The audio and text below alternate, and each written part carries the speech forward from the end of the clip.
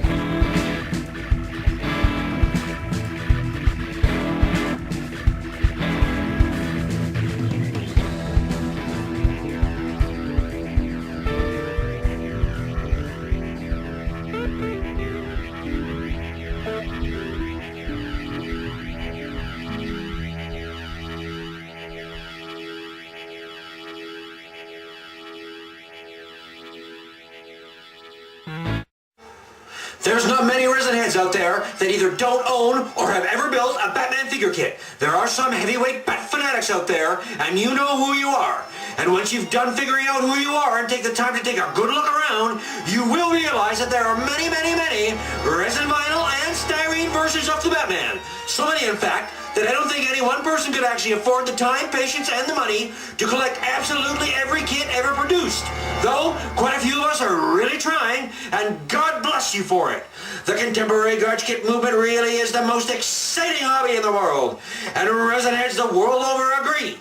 One of the most exciting aspects of this great hobby is when a new kit is just released, and all the stars and the universe line up to ensure you and I both have the money and that you will be able to purchase the kit, because we all know how limited some of the most desirable garage kits are.